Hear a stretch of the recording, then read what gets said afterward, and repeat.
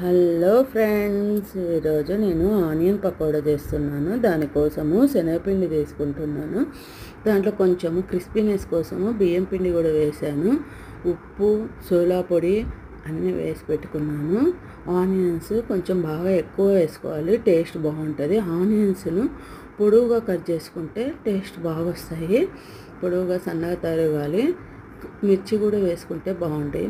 Taste కొంచెం మిర్చి అవి ఎక్కువ వేసుకుంటే టేస్ట్ బాగుంటుంది. కొంచెం తరచనీక వాటర్ వేసుకోవాలి. బాగా మిక్స్ చేసినాక నూనె పెట్టుకొని పెన్నం మీద దాన్ని బాగా కాగినమ్మడే పకోడాలాగా ఇట్లా చేతితోటి ఇలా వేసుకున్నామంటే బాగా వస్తాయి. తర్వాత బాగా కాల్చుకోవాలి.